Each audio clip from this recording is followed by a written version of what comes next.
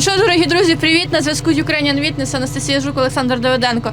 І в мене прямо зараз за спиною стоїть, напевно, одна з найновітніших розробок самохідних артилерійських установок – шведський лучник, або ж, як він відомий, Арчер. От, просто подивіться, наскільки це величезна машина. Що ви бачите перед собою, це колеса. От прямо майже в мій ріст, щоб ви розуміли, наскільки велика ця артилерійська установка, але розмір тут не головне, як кажуть.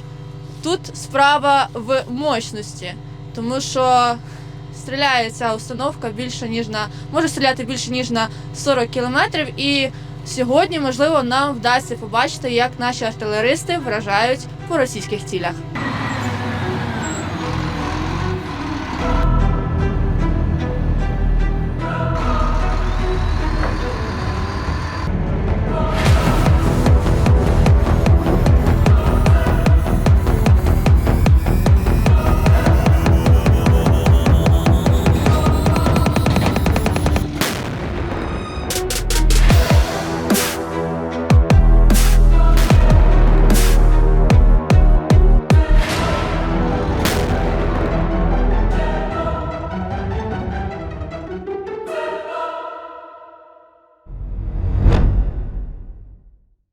Я командир гармати. За що відповідає командир гармати? Командир гармати відповідає за... Легше сказати, за що він не відповідає. Я відповідальність район зосередження, мені приймаю наказ. Тобто коли мені приходить ціль, я вирішую, з якої вогневої позиції стріляти, куди їхати, коли переміщатися. Тобто битові проблеми вирішую. Коли ми знаходимо в бойовому чергуванні, якісь там моменти, тобто я напряму спілкуюсь з командуванням, тобто треба то. Снаряди, заряди, підривники, тобто це моя парафія. Його зарядить Важко заряджати? по-разному. В залежності від обставин? І від обставин, і смотря яка швидкість. В наших условиях зараз тут, то не дуже нормально. Я так розумію, що на Арчері їздити це ж не просто там баранку крутить. Як не просто. Обичний автомобіль тільки з пушкою. Там комп'ютер є ще там таке. Вчилися. Трошки по-другому, але нічого важкого. Все елементарно. Дивіться, якщо почитати там ТТХ Арчера, якщо так перевести на цивільний зразок, це реально як така крута тачка. Це одна з найкращих зразків самоходної артилерії. Але це просто така крута тачіла, якою можна похвалитися, чи це реально щось хороше? Це дуже реально. Якщо порівнювати з іншими західними зразками, ця машина на клас вище їх. Вона повністю автоматизована. Наприклад, екіпаж, ручна робота екіпажу заключається тільки в тому, щоб її зарядити. І то там ми заряджаємо механізовано. Механізовано це що значить? Лапою подають снаряди, а наша задача тільки проконтролювати, який підривник, який там вісовий знак, вручну забити, і механічно вона завантажується. Оце тільки наша фізична робота. Все інше ми знаходимося всередині машини і з надвору ми ніякою. Виїхали на позицію, ми їдемо на позицію, ми вже на ходу забиваємо ціль, і коли під'їжджаємо вже до вогневої позиції, у нас вже все розраховано. Ми зупинилися, розклалися, не виходячи з машини, навелися, по команді відкрили вогонь, автоматично склалися і уїхали. Тобто екіпаж з модуля зовсім не виходить. Все автоматично. Ми можемо, якщо потрібно, 3-4 снаряди, щоб вони одночасно прийшли в ціль. Є така функція в програмному забезпеченні цієї машини. Ми програмуємо і вона вистрілює 4 снаряди по різній траєкторії. І вони летять по різній траєкторії, але в ціль вони прилітають всі одночасно. Також є цікава функція, ми можемо забити 4-5 цілей на одну роботу. 4-5 цілей забили, кнопку нажали і гармата сама відпрацьовувала по одній цілі, перенавелася на другу ціль, перевелася на третю ціль, на четверту, на п'яту. Відпрацювала, барабан у нас 21 снаряд, гармата може відпрацювати десь 3-3,5 хвилини.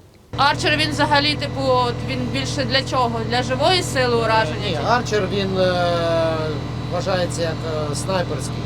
То він більше під контрбатарейну боротьбу. Тобто по артилерійським установкам там всяких? Знищувати артилерійські установки точечно.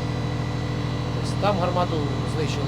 Але якщо є жива сила, скупчення живої сили, то ж по ним відпрацьовуємо, по бронетехніці відпрацьовуємо. Я думаю, що Арчер він на такій жирній цілі, так? Так, специфічні цілі вибираємо. Через на 2-3 піхдогів ми ж не можемо тратити снаряди. Правильно? Вибирають такі жирні цілі, пункти управління, реби, гармати, скупчення бронетехніки, скупчення живої сили, скупчення техніки якоїсь, склади. Таких артилерійських установок в Україні тільки 8. І це відносно така недавня, напевно, одна з новіших розробок 2010-х років. Так. От. Після того, як Швеція нам надала арчери, змінилася ситуація на фронті? Розумієте, я не можу так сказати глобально, у мене такої інформації немає, але я дивлюсь по нашій роботі, то,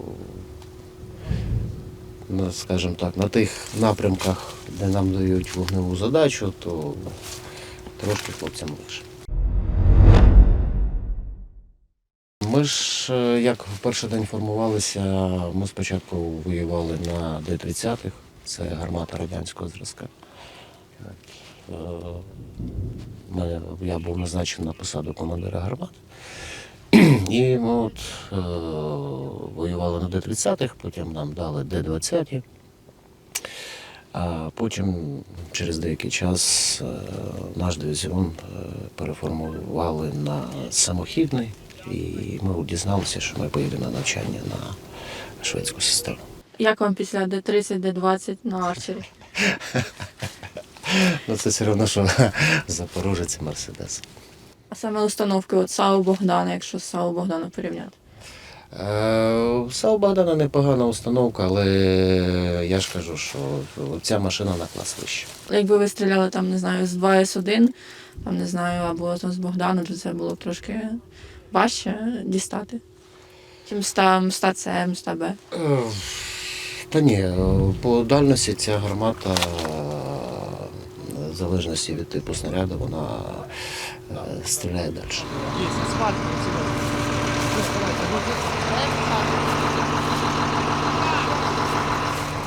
Ви самі розумієте, зараз війна безпілотників, і у радянській системі дальність менша. І вони не такі мобільні. Ми досягаємо цього успіху за счет автоматики і мобільності. Тобто ми під'їхали, вдарили і втекли.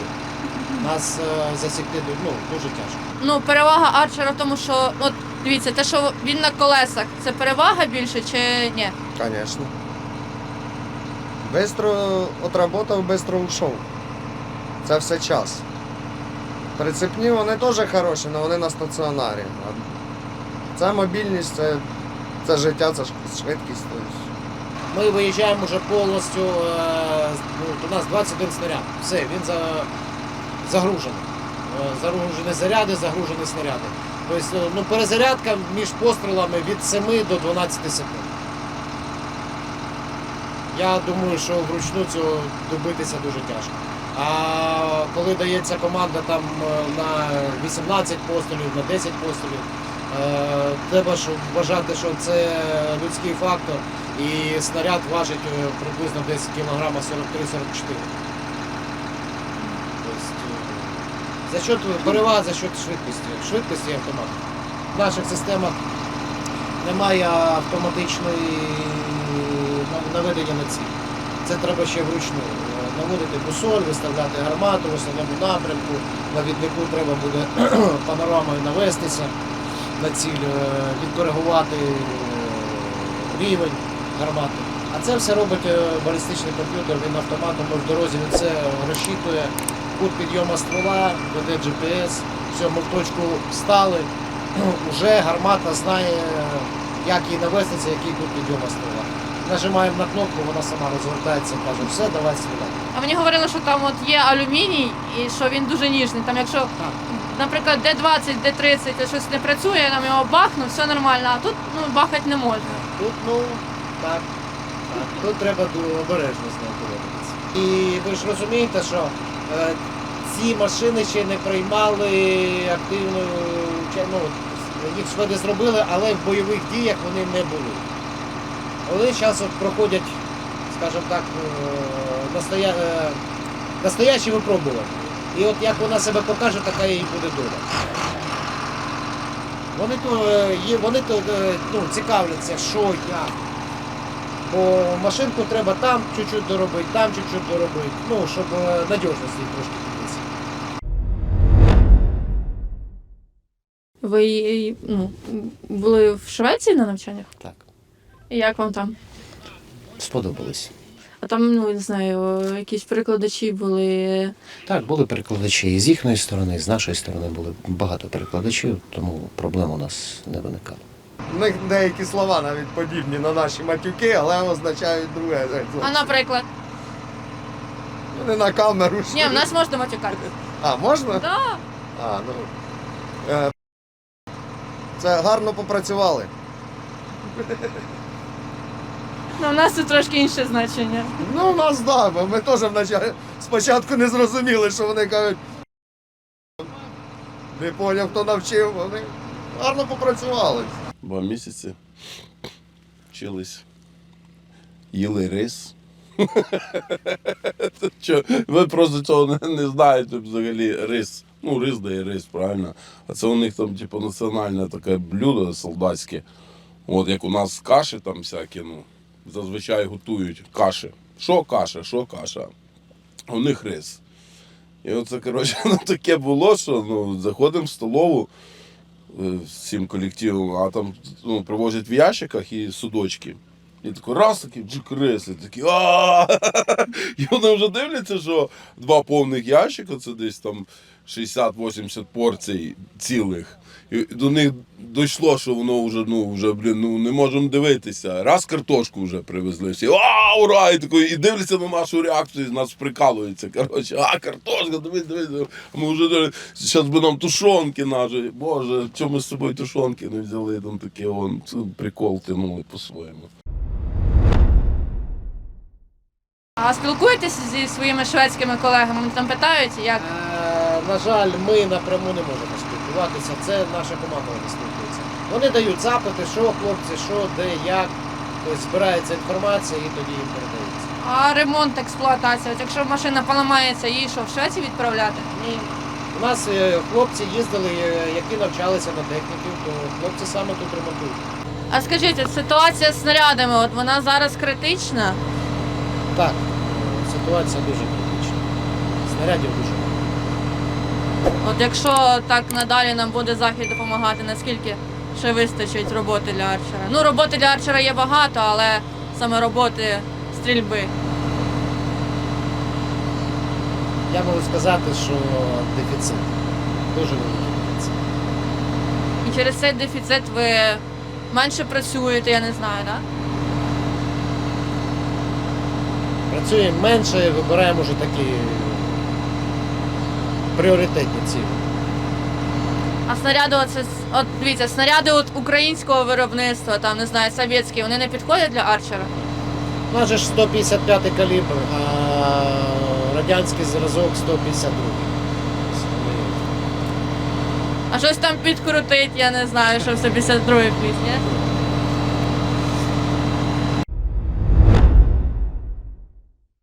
Скільки нам треба арчерів, щоб от... Скільки нам треба арчерів? Багато треба арчерів. Багато. Це дуже гарна машина, специфічна машина, її треба зрозуміти. Так, скажімо так, з наскока її не... Що? Зараз, хвилинку. Ціль? Сіль.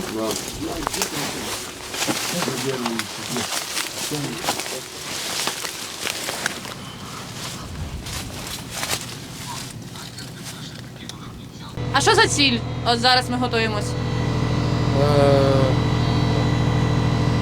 Контрбатарейна боротьба, гармата. Це значить, що десь там за декілька десятків кілометрів стоїть. Працюють з гармати. Зараз ми чекаємо команду виїхати відпрацювати, знищити її.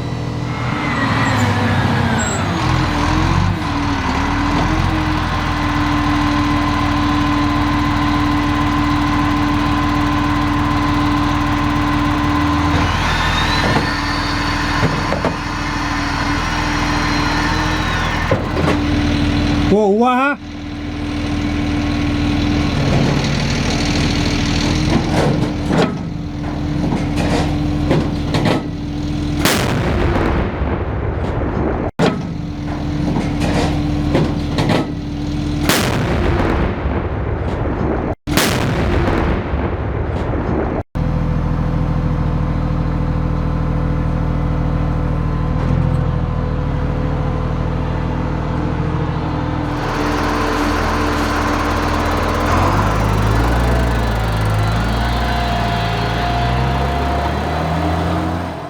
Була у нас робота, ми десь за тиждень вирізали батарею Д-30.